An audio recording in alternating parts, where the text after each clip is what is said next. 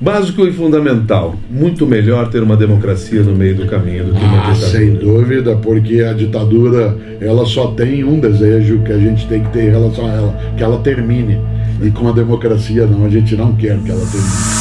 O analfabetismo político não é a pessoa que não consegue ler e escrever. O analfabetismo político é a pessoa que ou é alienada por alguém que impede que ela tenha consciência, ou se aliena ela mesma, se coloca à margem dizendo eu não tenho nada a ver com esse mundo da política. É uma escolha não estar em partido? Claro que é.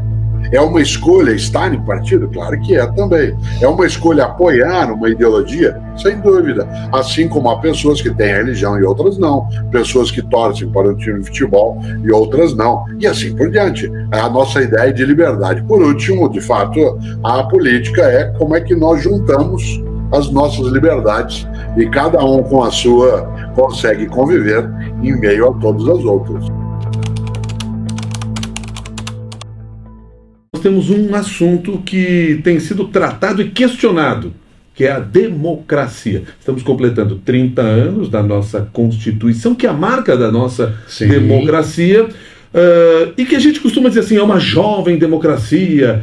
Dá para falar em jovem completando 30 anos? Eu acho que a gente pode falar em jovem, né, Milton, comparado àquilo que é o que já aconteceu com outros países, né, que tem democracias que são seculares. Se nós olhamos nossos 518 anos de história, completados, né, no dia 22 de abril, 518 anos, nosso tempo de uma democracia, onde qualquer homem e mulher possa votar e ser votado, participar das instituições, ter seus direitos mais garantidos, de fato são 30 anos. Eu diria que nós não somos uma jovem democracia, mas nós somos uma democracia imatura ainda. Nós não temos uma maturidade que os 30 anos indicariam. Tem muita gente que tem pouco afeto pela democracia. Mesmo. Como é que se identifica essa imaturidade? Quando a gente cuida pouco da democracia, acha que ela dá muito trabalho. Né? Tem gente que reclama, por exemplo, que em 2018 tem eleição, vou ter que sair de casa, como se a democracia, primeiro, fosse só eleição. Segundo, como se votar fosse um encargo e não um patrimônio. A eleição, ela é um patrimônio da democracia, ela não é um encargo.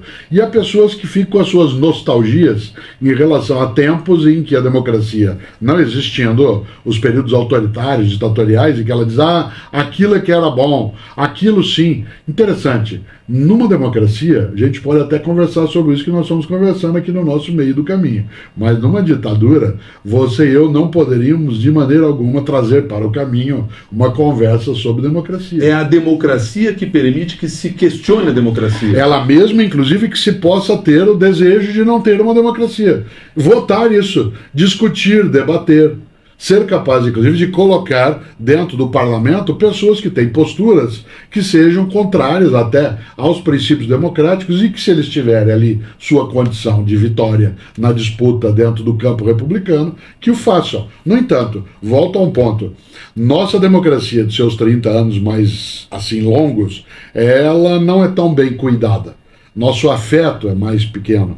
Muita gente ainda deseja que venha um salvador ou uma salvadora e tome conta de nós. Por isso que eu digo que ela não é tão jovem, mas ela é um pouco imatura. Parece a da nossa democracia alguns adolescentes que nunca saem de casa, né, que nunca querem sair de casa, que querem continuar sendo cuidados, ter roupa lavada, ter comida, ter o seu quarto arrumado, etc. Uma coisa que eu gosto demais, que é gente que parece adulto em férias. Né? Ele passeia, ele vai aos lugares e só não trabalha. E democracia dá trabalho.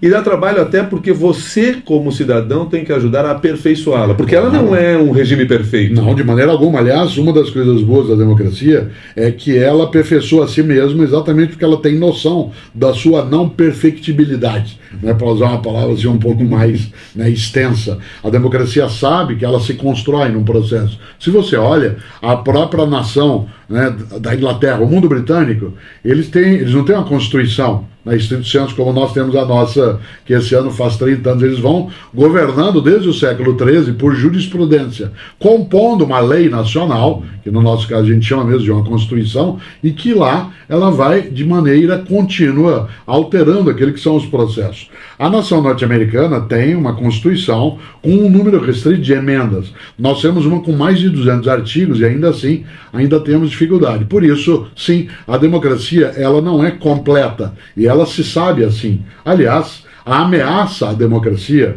ela é muito diferente de uma ameaça à ditadura. O que ameaça a ditadura é a democracia, mas o que ameaça a democracia não é uma ditadura. Isto é, a democracia tem seus mecanismos de defesa em relação a essa condição. Por isso, nosso país precisa, sim, e no caso do nosso país, homens e mulheres que aqui estamos, cuidar mais, ter mais afeto, afagar mais a democracia. E afagar não é só apenas a nossa eleição, né, num turno ou dois, é a capacidade no dia a dia, acompanhar nosso vereador, acompanhar os nossos parlamentares, olhar o que acontece no meu bairro, na minha cidade, no meu prédio. Afinal de contas, vida é condomínio. Condomínio. Ela não é só domínio, ela é condomínio. E nessa hora, se você notou, num condomínio, por exemplo, num prédio ou até num espaço de casas, se chama cada um dos apartamentos num prédio de unidade autônoma. Não chama de unidade soberana. Porque o soberano é aquele que faz o que quiser, independentemente dos outros existirem. Unidade autônoma significa que nós temos que fazer um concerto das nossas necessidades e intenções. E concerto com C, né? E não com S. Embora com S a democracia também permita de vez em quando. Básico e fundamental. Muito melhor ter uma democracia no meio do caminho do que uma ditadura. Sem dúvida, porque a ditadura ela só tem um desejo que a gente tem que ter em relação a ela, que ela termine. E com a democracia não, a gente não quer que ela termine. Professor Cortella, muito obrigado, até mais. Abraço. Ninguém ganha quando você tem uma guerra civil de ideias, uma guerra civil de percepções. Claro que o conflito é necessário, o conflito de concepções e posições, porque ele faz com que se construa a possibilidade do consenso. Uma democracia, por exemplo, como forma de convívio de uma comunidade de vida, é não a ausência do conflito, mas é a possibilidade de impedir que o conflito degenere, ele caia numa percepção e numa ação de confronto. Mas, por outro lado, nos tempos de polaridade exagerada, a polaridade não é exagerada, mas quando ela só se transforma em polaridade e nunca em convergência, ela produz efeitos danosos muito fortes.